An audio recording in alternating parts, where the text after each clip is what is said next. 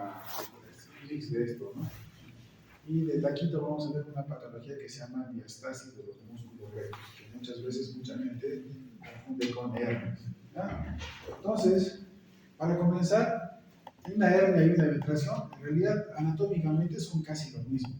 De hecho, las eventraciones también les llaman como hernias ventrales o hernias incisionales. ¿Ya? Entonces, puede que en algún libro ustedes busquen la eventración y no van a encontrar y va a estar metido dentro del grupo de las hernias. Porque las eventraciones, al igual que las hernias, tienen esta forma más o menos. Entonces, en el abdomen, este negrito de acá abajo es el peritoneo, que es el saquito que está formado por peritoneo. Por encima están pues las aponeurosis, los músculos, y después encima la piel. Entonces, como se dan cuenta ustedes, en las hernias y las eventraciones está completo el peritoneo, ¿no es cierto? Está incompleto la aponeurosis, pero arriba el subcutáneo y la piel también están completos.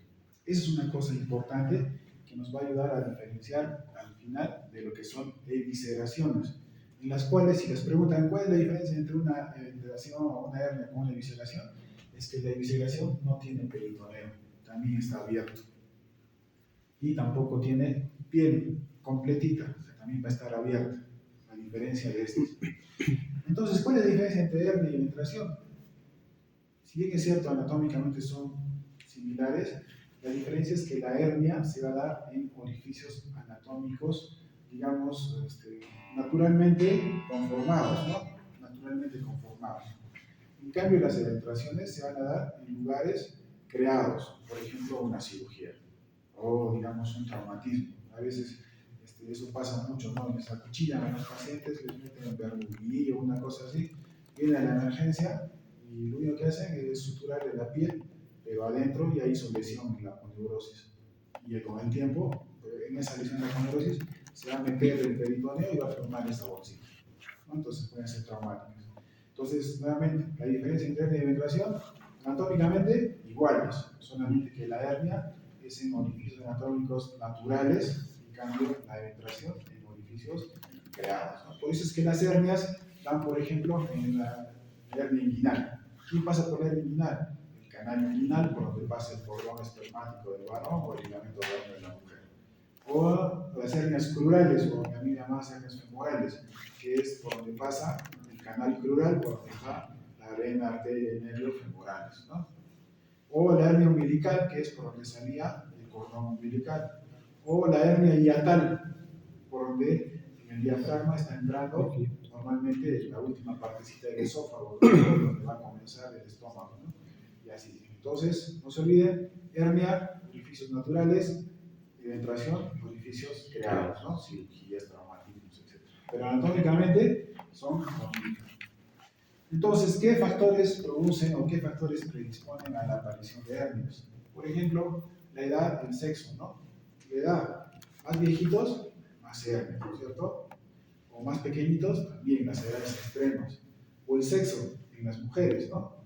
¿Por qué? Porque las mujeres en edad fértil tienen hijitos, aumenta la presión intraabdominal y eso predispone a hernias umbilicales, predispone a hernias crurales, hernias inguinales, o a veces, incluso dentro del sexo, también los varones ya también están, digamos, tienen trabajos donde se genera más fuerza. O sea, casi nunca vas a ver a un estibador, digamos, mujer, ¿no? Casi todos son varones que cambian, ¿no? O algunas actividades, por ejemplo, el hecho de estar parado mucho tiempo. Entonces, aquí empieza a sospechar policías de tránsito, o dentro de los médicos, por ejemplo, ¿quiénes tienen más hemorroides, más hernias? Todos los cirujanos, ¿no? Los varices. Y de esos, ¿quiénes tienen más todavía? Los neurocirujanos, ¿no? Porque están 6 horas, 8 horas parados ahí, ¿no? Entonces, incluso, fíjense que preguntar a qué te dedicas te puede ayudar en diagnosticar algunas cosas también, ¿no? Factores desencadenantes, la obesidad o cualquier aumento de la presión intraabdominal. Por ejemplo, si tienes tos crónica, va a estar tosiendo, esas son maniobras de Valsalva repetidas, y eso va a predisponer a que tus hernias crezcan cada vez más. O el hecho de estar estreñido. En cada estreñida, una empujada diaria, estás predisponiendo a hernias. O las disurias, lo que pasa, el empujo y el tenesmo vesical que tienen los pacientes con próstata, ¿no? ¿Y por qué es importante saber esto? Porque si yo no curo estas cosas, mis hernias van a ser un fracaso, ¿no? O sea, por ejemplo, si yo tengo un abuelito que tiene una hipertrofia urina de próstata severa y puja para orinar y tiene además su hernia, ¿a quién debo enviarle primero? ¿Quién debe curar primero? ¿El urólogo o el cirujano? Urólogo. El urólogo, porque yo le puedo operar bien chévere su hernia, pero si el paciente sigue pujando, la hernia va a recidivar, va a fracasar, en otras palabras. Entonces, saber esto es importante para que tú sepas decir primero, anda, soluciona tu estreñimiento, anda, soluciona tu tos, para que después de eso recién vayas a cirugía para que te puedan operar dentro de lo posible, ¿no? Entonces, ¿cómo se clasifican? ¿O qué nombre van a tener? Pues a veces por su localización, depende, ¿no? Dónde estén, por ejemplo, hay hernias inguinales, crurales, umbilicales, epigástricas, hernias hiatales, hernias de pared posterior, etcétera, ¿no? Diferentes, las supraumbilicales, las epigástricas, etcétera. A veces también por su contenido, hay hernias que van a contener intestino delgado, hay otras que van a contener en esa bolsita que había del peritoneo, se pueden meter el diplo, intestino, a veces el apéndice, a veces el intestino grueso, a veces la vejiga. Y de hecho, algunas van a tomar nombres de acuerdo a eso. Por ejemplo, cuando está metido el apéndice, se llama hernia de Amiant. Y es tonto aprender esos nombres, pero yo se los voy a dejar como tarea, que ustedes averigüen, y que eso les voy a preguntar. Que averigüen, a ver, la hernia, ¿qué es la hernia de Richter, digamos? ¿No? Richter se dice, ¿no? Pero se escribe Richter. O qué es la hernia de Mian, o qué es la hernia tal cual, ustedes van a buscar así diferentes, ¿no? Porque toman nombres, a mí me parece tonto preguntar eso, pero de todas maneras les exijo que lo aprendan, porque en los exámenes preguntan eso, que es completamente trascendente en realidad, porque al final son hernias y punto, ¿no? Pero mejor aprenden. Como por ejemplo, la más preguntadita es la hernia que contiene la vejiga. La vejiga que está visita nada más, a veces, ¿se acuerdan que en la figurita anterior? En esta figurita está el peritoneo, ¿cierto? Que forma la bolsita. Pero en esta parte de la hernia inguinal está justo la vejiga. Y a veces la vejiga, que estaría por acá, digamos, así, se comienza a meter dentro de la hernia y forma, no lo que está dentro de la hernia, sino forma parte del saco. Es como si se hubiese deslizado. Entonces, ese tipo de hernia se llama hernia por deslizamiento o hernias deslizadas, ¿no? Y de las cuales la más común es la vejiga, pues la que se mete, ¿no? Y así, ¿no? Entonces, cada uno tiene un nombrecito especial. Hay hernias adquiridas, las hernias congénitas, hernias traumáticas, hernias recidivadas. ¿A qué se llaman hernias recidivadas? A los pacientes que les operaron de una hernia y en el mismo sitio vuelven a aparecer. Eso se llama hernia recidivada. Acuérdense sus nombres. ¿Qué es una hernia recidivada? Es una hernia que aparece en el mismo lugar donde ya fue anteriormente operada una hernia, ¿no? A veces pasa eso. O estos nombres que sí deben aprenderse, porque cuando hagan examen físico van a decir, esta es una hernia reductible o reducible o es irreductible. ¿A qué se refiere eso? O la otra que es coercibles e incoercibles. Entonces, imagínense que esta es la hernia, ¿no? Y acá está, digamos, el defecto, ¿no? Entonces, si yo agarro y lo meto y la hernia se queda adentro, eso se llama reductible. O sea, sí lo he podido reducir, en otras palabras. Pero si está acá y yo trato de meterla y nada no entra, eso se llama irreductible. Esta es una cosa importante. Cuando ustedes sientan que es intestino, si ustedes a la vista van a escuchar, incluso el estetoscopio utiliza y escuchan ruidos intestinales dentro de la hernia, significa que un intestino se ha metido. Entonces, ¿qué pasa con eso? ¿Por qué es importante? Si está acá afuera y yo lo meto suavecito, va a regresar a su sitio y la oclusión se va a pasar, ¿no es cierto? Y listo, ese es el tratamiento, digamos, por el momento. Pero a veces yo no puedo entrar, no lo puedo meter, y yo siento que es intestino, no insistan en meterlo, no estén así de, que meterlo, no, como sea, ¿no? Porque puede pasar que como está a tensión, en lo que están ajustando, lo pueden reventar el intestino. Y pasa de una hernia carcerada nada más a una hernia ya perforación intestinal y todo, ya se pone más grave la cosa. Entonces, como recuerdo, no estén, digamos, haciendo a presión, a fuerza las cosas. Si se puede meter, bacán, pero si no, déjenlo así nomás tranquilo, ¿ya? Entonces, reductible cuando se mete, irreductible es cuando no la puedes meter, ¿no es cierto? Dentro de las reductibles están las coercibles y las incoercibles. ¿Qué significa eso? Yo agarro, meto, reductible, ¿no es cierto? Y si se queda ahí adentro sin hacer nada, yo saco mi mano y se queda ahí, eso se llama coercible. Pero si yo agarro, lo meto, se mete ese rato, saco mi mano y pum, se sale otra vez, eso se llama incoercible. ¿Me entienden? Reductible, la que se puede meter, y reductible, la que no se puede meter. Coercible, la que se mete y se queda en su sitio sin que haga nada. Incoercible, la que yo lo meto y otra vez se vuelve a salir al dejar de hacer presión. ¿Está bien? ¿Se entiende, verdad? Que es reductible, irreductible, coercible y incoercible. Deslizada, ya les he dicho, cuando parte de la pared, parte del saco, está formado por un órgano, que es lo más común, tejido. Pero también se ha descrito el colon de acá, donde está el apéndice, a veces también se mete, incluso el apéndice está formando parte incluso también del saco. También tiene sus nombrecitos. Otras, las hernias atascadas o encarceradas o obstruidas y las hernias estranguladas. En las encarceradas, el intestino se metió, bacán. Pero cuando tú lo operas, revisas el intestino y el intestino está saludable. Está metido, sí, es cierto, pero está saludable. Entonces, ¿qué yo hago? Lo regreso a su sitio, cierro la hernia, le pongo su malla, listo, se acabó. En cambio, en las estranguladas, es la diferencia. Acá el compromiso es vascular, o sea que ese intestino ya está sufrido, ya ha tenido isquemia. Y probablemente, dependiendo de qué tanto se ha isquemizado, probablemente ya se haya gangrenado. Entonces, en ese caso, ya no es cosa de que yo lo regrese a su sitio nomás y lo cosa y punto, ¿no? Sino que probablemente tenga que sacar ese pedazo del intestino y hacer ambos compromisos. Entonces, otra que no se debe olvidar, las encarceradas son las que han salido, pero el intestino o el segmento de órgano o de pipa o lo que sea está viable. En cambio, las estranguladas, cuando hay compromiso vascular, cuando ya hay signos de isquemia. Esa es la diferencia. Entonces, esos son términos que ustedes deben conocer para poder describir bien una hernia. Entonces, ya después de eso, pues hay, como ven ustedes acá, diferentes tipos de hernias, ¿no? Las inguinales, las crurales, las umbilicales, epigástricas, lumbares, las obturatrices, isquiáticas, perineales, las hernias de Spiegel, que más o menos están ahí, ¿no? Estamos hablando de pared abdominal, no estamos hablando de diafragma, que también ahí va a haber, lo que vamos a ver en la próxima clase, que es hernia hiatal, que se asocia mucho con enfermedad por reflujo, ¿no es cierto? Que es otra cosa que también necesita muchas veces terapia quirúrgica, ¿no? Entonces, pero estamos hablando de pared abdominal anterior, entonces ahí, de acuerdo al sitio en el que está, va después la hernia femoral, inguinal, hernias incisionales como las cementraciones que les dije, o también las hernias de Spiegel, las hernias umbilicales, las hernias epigástricas que están por acá arriba.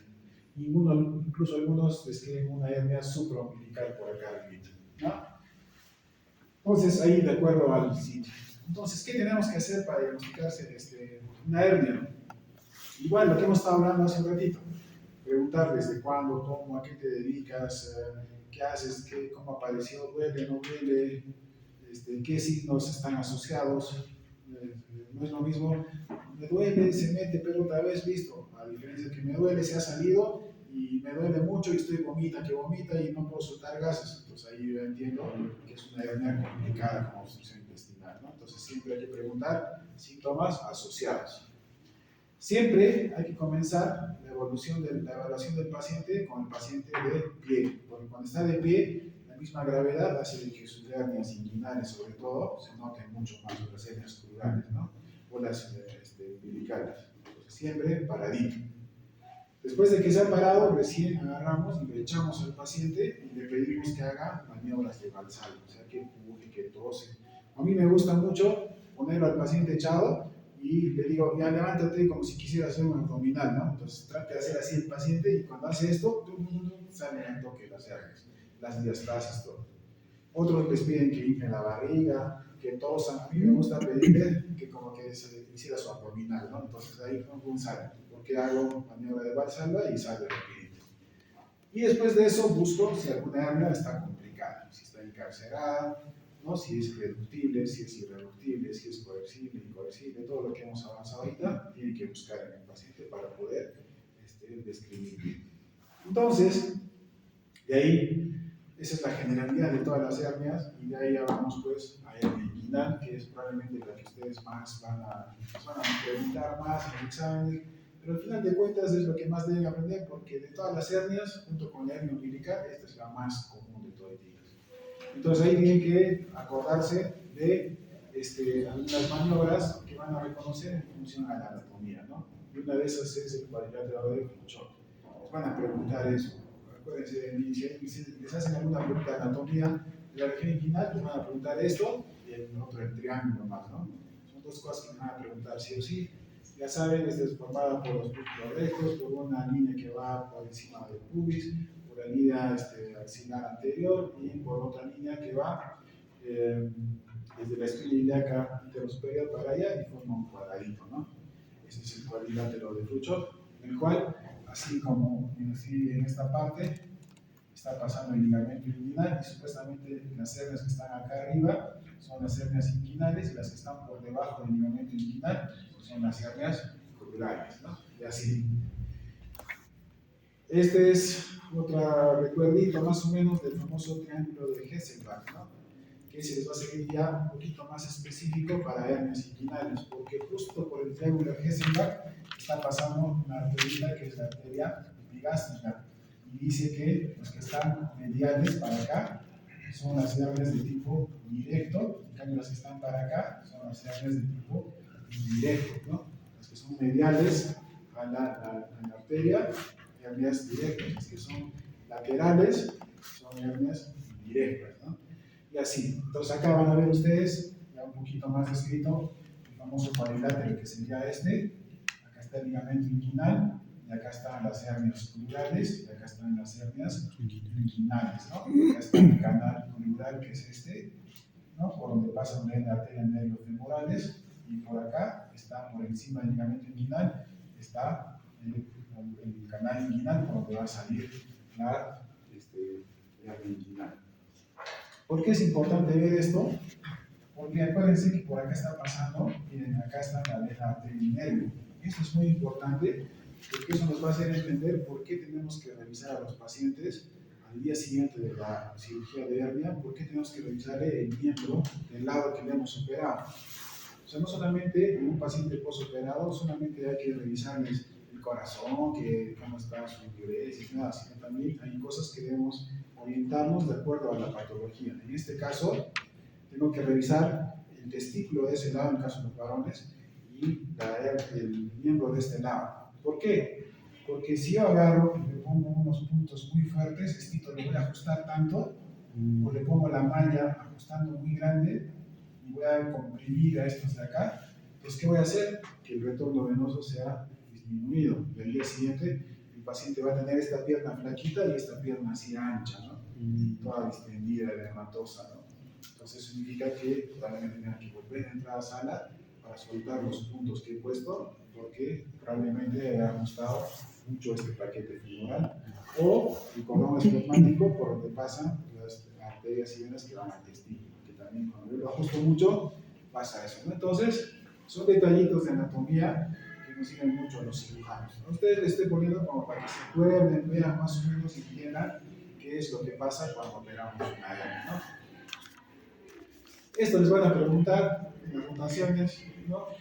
¿Qué cosas hacemos al cortar desde las hernias, ¿no? Desde la piel, tejido percutáneo, están ahí abajo los músculos oblicuos, estos que están acá, y después de eso recién viene el famoso canal inguinal, ¿no? Por donde está pasando el cordón espermático. ¿Se acuerdan antes cuando las que hemos rotado le hemos puesto cómo es la maniobra de la líbara? Justamente es meter acá, ¿no? En esta bolsita, y poder palpar de dónde viene la hernia, ¿no? Para ver si es una hernia directa, una hernia indirecta, etc. Igual, para recordarse, esto, ¿no? Lo que les decía antes, meter el dedo y hacer así. Entonces, cuando yo agarro la maniobra de la líbara, meto el dedo, pido al paciente que empuje. Y si yo siento que me golpea acá en el complejo, acá arribita, eso es una hernia indirecta. Pero cuando el golpecito, digamos, o cuando el paciente empuja y siento que me empuja por atrás, por acá, eso es una hernia directa. ¿Ya? Eso es la maniobra de Langevin. Significa se usa para diagnosticar hernia inguinal. Y aparte, para decir qué tipo de hernia es, una directa o una indirecta. Entonces, cuando yo meto el dedo nuevamente, meto el dedo por acá y hago esto, si me golpea en el espejo, de acá arriba, es una hernia indirecta. Pero si me golpea por atrás, hernia directa. ¿Y en qué consiste? ¿Por qué se da eso? Bueno, vean esta también. Cordón espermático, ¿qué cosas tiene? Ya saben. Esta es otra pregunta de la anatomía que sí o sí les van a hacer. El cordón espermático o el canal inguinal en las mujeres está el ligamento redondo, y en los varones está el cordón espermático. ¿Y qué pasa por el cordón? Pasan arterias y venas espermáticas, pasa el conducto deferente. ¿Para qué sirve el conducto deferente? ¿Para qué sirve el conducto deferente? Para ¿Para la eyaculación? no, para almacenamiento de los... No, espera. ¿Para qué? Producción de... ¿Para qué el diferente? Están penando. El conducto deferente sirve para llevar los espermatozoides del testículo hacia las vesículas seminales, ¿no es cierto? Para el momento de eyacular, entonces se salga, ¿no es cierto? Sí. Cuando cortamos el conducto deferente, ¿qué le hacemos? Una vasectomía indirecta. Vasectomía, ¿no es cierto? Esa es la famosa vasectomía, ¿no es cierto? Ajá. Y además tiene arterias y venas deferentes, arterias cremasterianas, y viene un músculo que es importante, que es el músculo cremaster. ¿Para qué sirve el cremaster? ¿Para qué sirve el cremaster? ¿Para qué, perdón? Reflejo cremastérico. Ajá. ¿Para qué sirve eso? Se eleva el testículo. Ajá, se sube y se baja el testículo. Por eso cuando tenemos frío, nos hace calor. ¿Para qué? Para conservar la temperatura de los... No, para conservar la temperatura de los espermatozoides. O sea, ¿Para qué es? Para que acercarlo. los testículos, como producen y almacenan espermatozoides, los espermatozoides somos finos, pues, ¿no es cierto? Necesitamos una temperatura especial. Entonces, si da mucho frío, normalmente los espermatozoides viven a 37.2. Entonces, cuando hace frío, el cremaster lo jala y el testículo se pega hacia el cuerpo y se mantiene más calientitos, ¿no? Pero cuando hace calor, se baja, ¿no?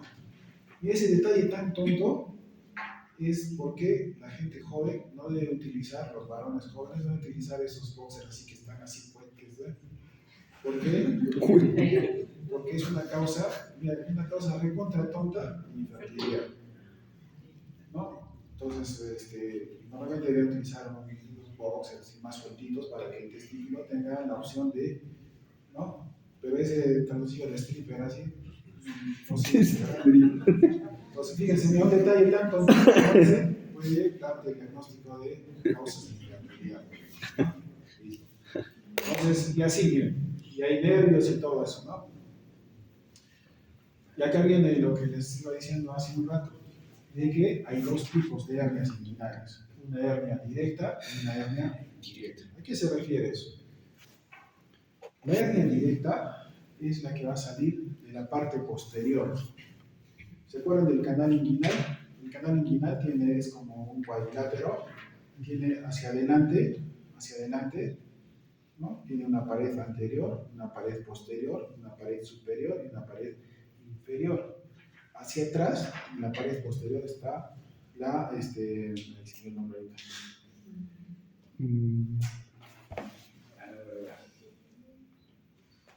Tiene ahí, lo he bloqueado. Ahorita no me acuerdo. La cuestión es que sale por la pared posterior, ¿ya?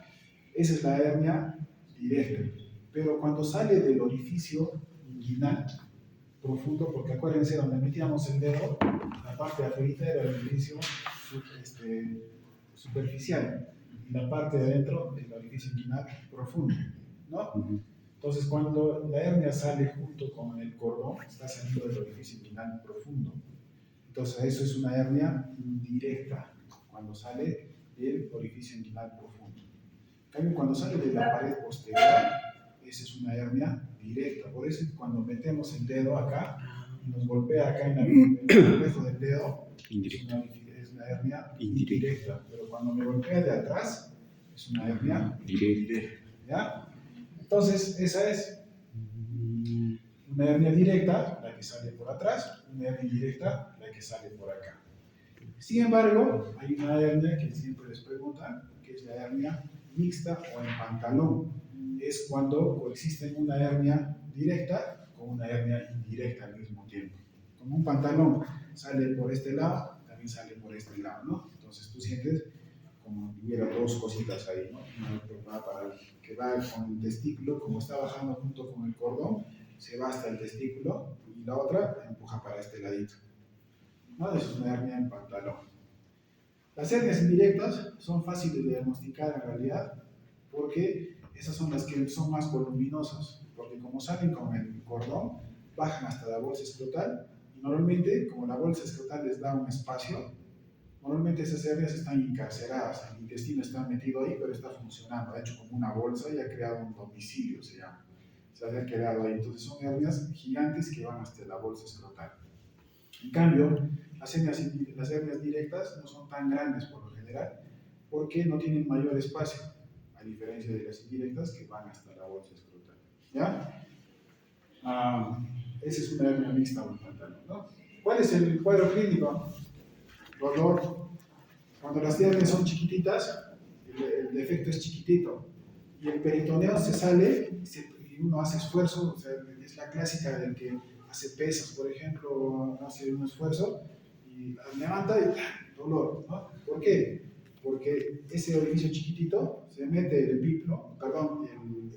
peritoneo y al momento de hacer la fuerza como que lo pellizca y hemos hablado que el peritoneo es bien doloroso, entonces se pellizca y tú al toque hace esto, ¿no? Luego lo mismo agarra, se acomoda y dice, sí, ya me pasó el dolor y sigue siendo otra vez, ¿no? Entonces es la clásica, ¿ya? Pero a medida que va creciendo, las cosas se hacen diferentes y comienzan a tener otros problemas, ¿no? Por ejemplo, una sensación de pesantez, una sensación de una masa palpable. Acá hay una bola que tengo, ha ido creciendo con el tiempo, cada vez es más grande, etcétera, etcétera, ¿no? Entonces, las chiquititas duelen fuerte, duelen más que las grandes. A diferencia de lo que uno pensaría, ¿no? Más grande, más dolor. No, más bien las más chiquititas duelen porque pellizcan el peritoneo. Las grandes van a doler ya cuando se comienzan a complicar, cuando hay, por ejemplo, signos de obstrucción. ¿Cuáles son los signos de obstrucción? Náuseas, vómitos, distensión, o que el paciente no elimine gases, ni deposiciones, ni heces, ¿no? Esos son signos y esto te hace pensar en una hernia ya complicada con obstrucción intestinal, ¿no?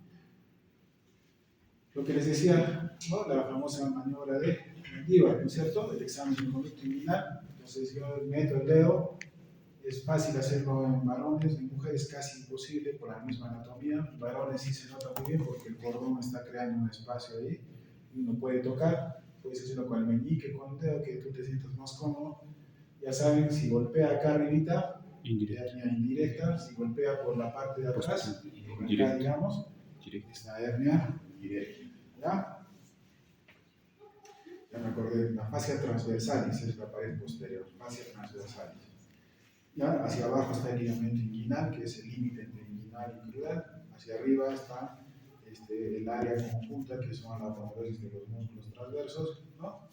Y hacia adelante está la aponeurosis del glúteo mayor y la piel más adelante todavía, ¿cierto? ¿Ah? Listo. Entonces, ¿qué complicaciones puede tener? Que se encarcere, ya saben que es encarcerarse, que se metió, ya no se puede regresar nada, pero con el tejido viable, ¿no es cierto? Está vivo. En cambio, los estrangulados ya tienen isquemia, ¿no es cierto? Entonces, en ese paciente probablemente tengan que sacarle ese pilón que está estrangulado, o tal vez el intestino que se estranguló, o tal vez incluso a veces otros órganos, ¿no? Se puede meter el apéndice, se puede meter una trompa, diferentes cosas se pueden meter ahí, ¿no?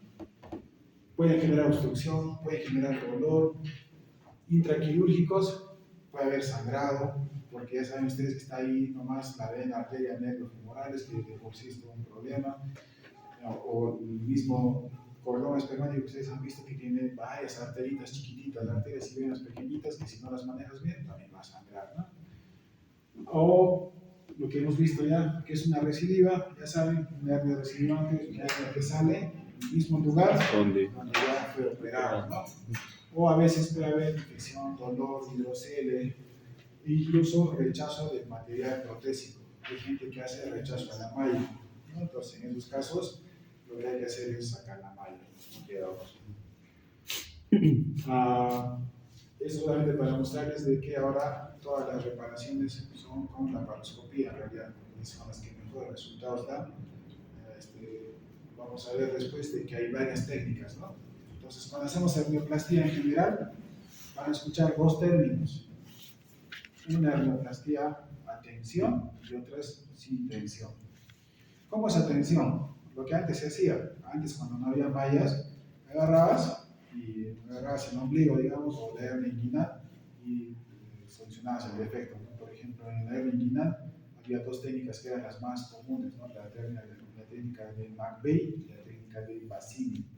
¿Cuáles eran las técnicas? Agarrabas el área conjunta, el tendón conjunto que llamaban antes, y eso lo suturabas a la hernia inguinal, y lo cosías, ¿no? Entonces, como que tapabas nomás pues, el huequito, ¿no?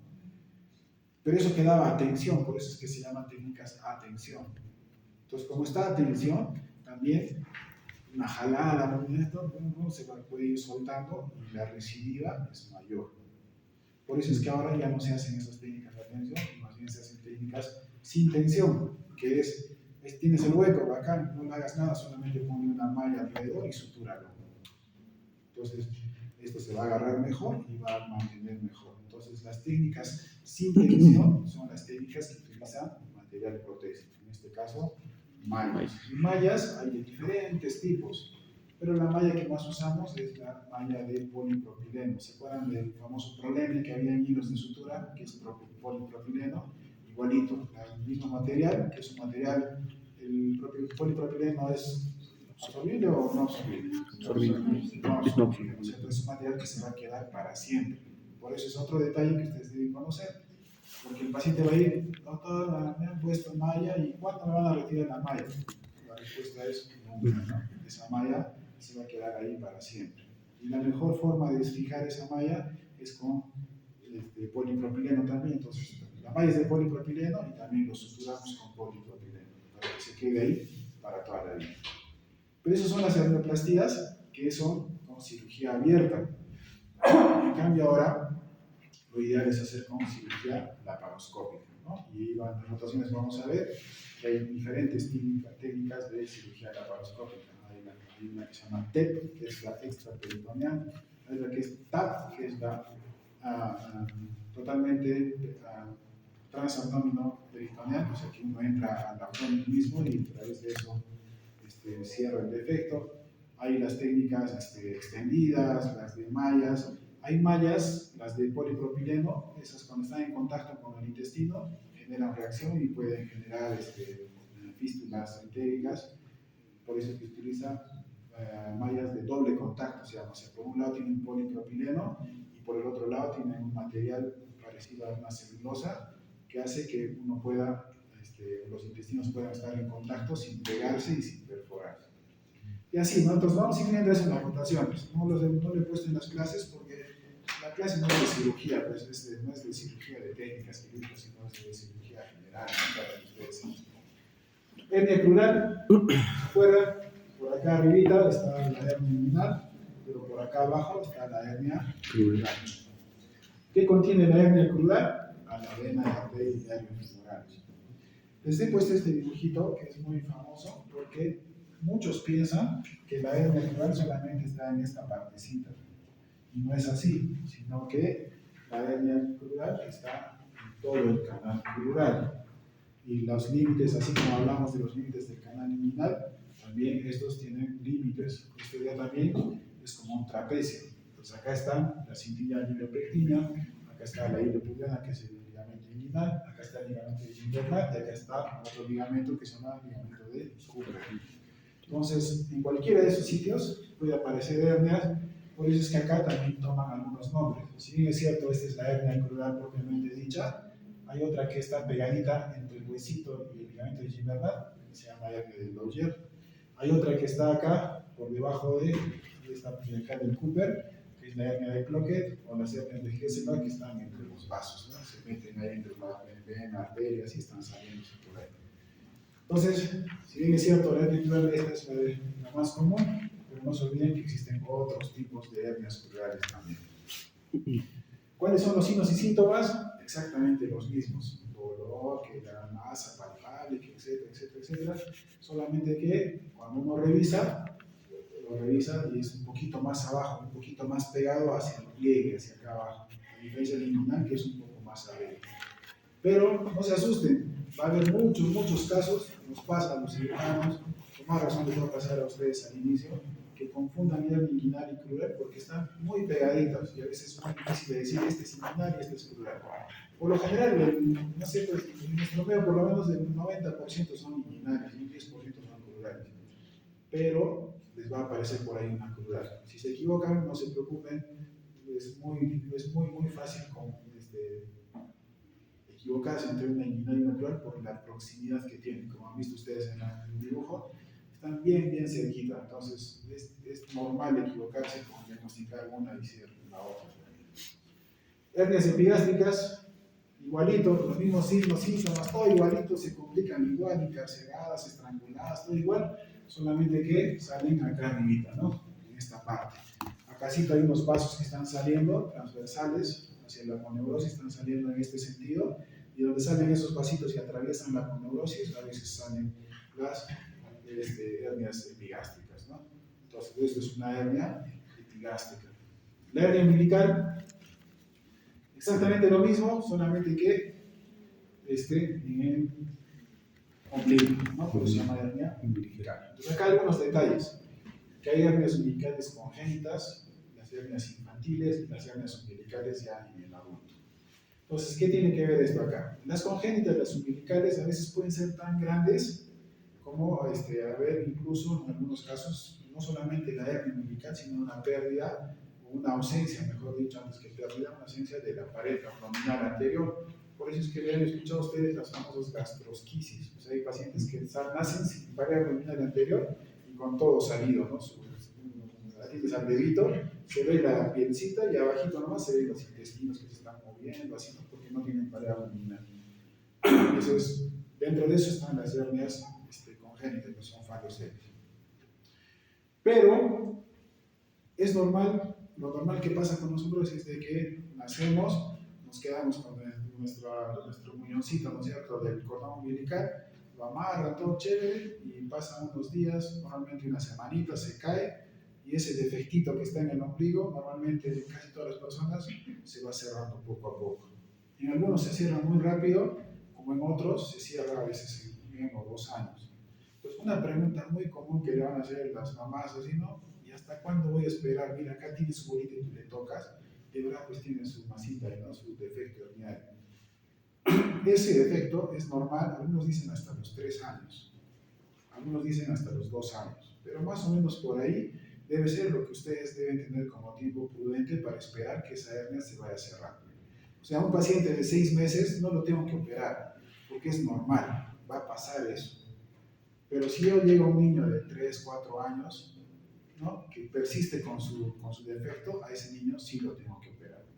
¿Ya? Entonces hay que esperar hasta los 2, 3 años. Eso es normal. Después de eso, sí se debe operar. A no ser que se complique, ¿no?, que se meta un intestino y que haga oclusión, etcétera, etcétera. Pero si no pasa nada, el paciente está asintomático, está tranquilo, déjalo tranquilo y espera hasta los promedio 2, 3 años, en los cuales, si se cierra, bien. Si no se cierra, ahí sí, caballero, no queda otra que operar.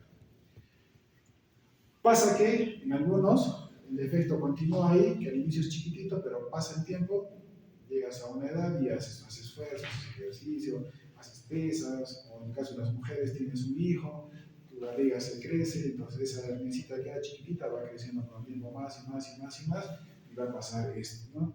Por eso es que una de las patologías clínicas más frecuentes en gestantes, por ejemplo, es hernia umbilical, es diastasis de rectus, que ahorita vamos a ver cómo es.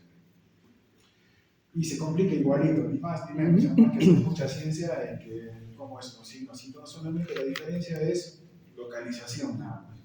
Las hernias lumbares son hernias de la pared abdominal, pero posterior, ¿no? Entonces acá hay varias hernias, acá en donde se juntan los músculos de la pared posterior, se forman algunos triángulos, entonces hay un triángulo superior lumbar y un triángulo inferior, y en base a eso va a haber pues la famosa hernia de Grinfeld que está en el triángulo lumbar superior, acá arriba, y la otra que es la hernia de Petit, que está acá abajo, que es en el triángulo lumbar inferior, ¿no?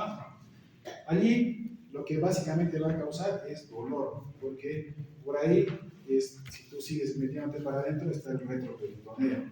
Y en el retroperitoneo no hay ningún órgano como acá adelante, que si el intestino está que se mueve y que se puede meter ahí, ¿no?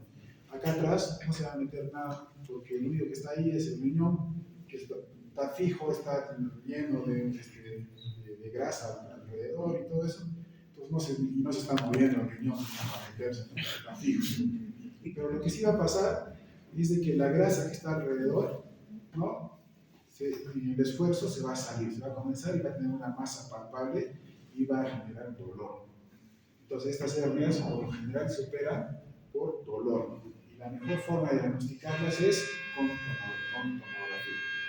Porque a veces uno palpa y como está el músculo, como que no sientes muy bien. Y no hay una forma de empuja, acá va a salir, pero acá atrás medio difícil, ¿no? Entonces, a veces su diagnóstico y su examen físico es algo difícil y lo mejor es hacerlo con tomografía. Igual se cierra, igual se pone malla, y más o menos. Pero, la verdad, en mis 20 años casi de cirujano, jamás he visto. O sea, está descrito en los libros, pero yo personalmente nunca he visto. He visto, sí, eventraciones, porque por acá atrás operan los urólogos cuando quieren hacer nefrectomías. Y sí he visto eventraciones ahí, ¿no? Eso sí, pero hernias así, este tipo, no he visto jamás. Pero igual se los pongo ahí para que ustedes sepan que existen también hernias de la pared posterior. El triángulo lumbar superior, que se llama hernia de Grinfeld, y el triángulo lumbar inferior, que es la hernia de Petit. Bueno, igual les preguntan, ¿no? La de Petit, no sé qué tienen con Petit, que siempre preguntan esa herniacita en los exámenes. Hernia obturatriz, ¿se acuerdan que abajo en el piso hay unos agujeros por donde pasan arterias, venas, nervios? Y uno de esos es el agujero obturatriz. Y esa hernia también existe, porque como es un orificio natural por donde pasan nervios, ¿no es cierto? Por ahí se va a salir y van a pasar las ramas ya de nervios, ¿no? Que van hacia abajo, hacia y todos estos. Entonces también puede pasar y duelen y todo eso. Pero a diferencia de esta que la puedes palpar, de la hernia inguinal, hernia y hernia obturatriz, no hay cómo. O sea, así lo dobles al paciente, no sé. No, entonces generalmente estas se operan por tomografía. ¿Ya? Perdón, se diagnostican por tomografía. Ya, esas no son de fácil acceso por examen físico, sino por tomografía. Y justamente la existencia de esta ha hecho de que la abdominoplastia laparoscópica crezca, porque vamos a ver después en la rotación, en un video tal vez, vamos a ver que cuando despegamos para ver dónde está la hernia inguinal, despegamos un poquito más, vemos la hernia crural, despegamos un poquito más y vemos la hernia obturatriz. Entonces nos sirve para tener una malla así grande que cubra el agujero obturatriz, cubra el agujero crural y también el agujero inguinal. Entonces con una sola cirugía tapamos 3 huecos en la zona. ¿No? Pero no se olviden, las hernias obturatrices se diagnostican por tomografía. Las eventraciones, ya saben, es lo mismo que una hernia, solamente que, de hecho, algunos le llaman hernia ventral, le llaman también hernia incisional. La diferencia es de que las eventraciones tienen anatómicamente lo mismo, pero están en el lugar de un orificio creado. Por lo general, cirugías, ¿no? Entonces, ¿cómo es los signos y síntomas? Igualito que de una hernia, ni más ni menos. No vamos a complicar la vida. La única diferencia es de que esto te vas a dar cuenta que va a aparecer en un sitio donde había una cirugía anteriormente. ¿Listo? ¿No? Es la única diferencia. Ni más ni menos. Igual son coercibles, incoercibles, reductibles, irreductibles. Igual hacen sensación de masa palpable, dolor, si se complican, obstrucción, gangrena, etcétera, exactamente igual. La única diferencia es que estas están en un orificio que tú puedes chequearlo porque ves la masa y ves la cirugía y con eso ya te dieron el diagnóstico. Esta es una solo mirando, no tienes que hacer nada más que chequear nada más, ¿no?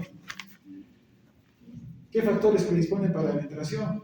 Pues hay un poquito lo mismo, obesidad, ancianidad, anemia, desnutrición. Si es un paciente que vamos a operar, no sé, un abuelito de golpe sigmoides desnutrido que no come bien y que encima después de la cirugía de intestino no va a comer 4 o 5 días, un mes, va a estar así más o menos, ese paciente se va a desnutrir y probablemente la cicatrización sea inadecuada, no tenga un buen aporte proteico y eso va a generar aquí. ¿Se acuerdan de que en la hernia el defecto era la poneurosis? En la eventuación les hemos cosido todo bien chévere, pero esto se va a soltar y va a generar al final lo mismo que una hernia, ¿no? La poneurosis para acá, la piel bien selladita, el peritoneo bien chévere, pero la poneurosis suelta, ¿no? Entonces, por eso es de que hay que tener cuidado en pacientes viejitos, desnutridos, los pacientes que tienen antecedentes de cáncer, que están en quimioterapia, en radioterapia, los que utilizan corticoides, porque ya saben que los corticoides retrasan la cicatrización, ¿no es cierto? Depende del tipo de cirugía, no es lo mismo operar pues, un apéndice por laparoscopía que operar una peritonitis, a veces campante, o hacer una región intestinal, así depende de la gravedad, de la severidad de la cirugía, también va a haber más predisposición. No es lo mismo hacer un corte de acá a acá, como lo que hacen los oncólogos cuando tienen que operar, que hacer un corte chiquitito de una laparoscopía, ¿no? Por eso es una de las ventajas de la laparoscopía, justamente es que es menos eventrógeno. ¿Va? Otra pregunta que les van a hacer en las rotaciones. Ya saben de incisiones, ¿no es cierto? Eso lo han hecho en técnicas, hay incisiones medianas, supraumbilicales, infraumbilicales, hay las oblicuas, la de Kocher, la de McBurney, la de Rocky Davis, todas esas. Entonces les van a preguntar, ¿cuáles son más eventrógenas? ¿Las que son así o las que son así? Las que son así. ¿Por qué? Porque la irrigación y la inervación vienen así. Entonces, cuando yo corto esto, estoy cortando un montón de arteritas, nerviositos, todas que tienen que ver justamente con una recuperación adecuada. En cambio, cuando yo corto así, voy a lesionar, sí, pero no tantos como acá. Y peor si yo me voy para el costado. Por eso es que las incisiones paramedianas, que son así en este sentido, ya nadie las debe hacer, porque esas son las más eventrógenas que hay, ¿no? Entonces, no se olviden, estas en realidad casi ya no deberíamos hacer. Y las seguimos haciendo solamente en algunos casos muy determinados, porque el acceso en este sentido es más fácil que en este sentido. Cuando estamos haciendo en este sentido, tenemos que cortar, abrir el músculo, todo. En cambio, acá al centro está la línea alba. Entonces tú cortas, abre la línea alba, está el peritoneo, abre el peritoneo y listo, está haciendo barriga, ¿no? Por eso es que los ginecólogos hacen incisiones así o acá también, porque dependiendo de la rapidez de la cesárea, por ejemplo, hacen como acá, la abren, listo, ya está afuera el bebito, ¿no? Las cesáreas en 8 minutos, 10 minutos, muy rápido, ¿no? Porque eso tiene su ventaja. Pero su desventaja es que es más eventrógena, ¿no? ¿Qué es esto? Dehiscencias y evisceraciones, ¿ya?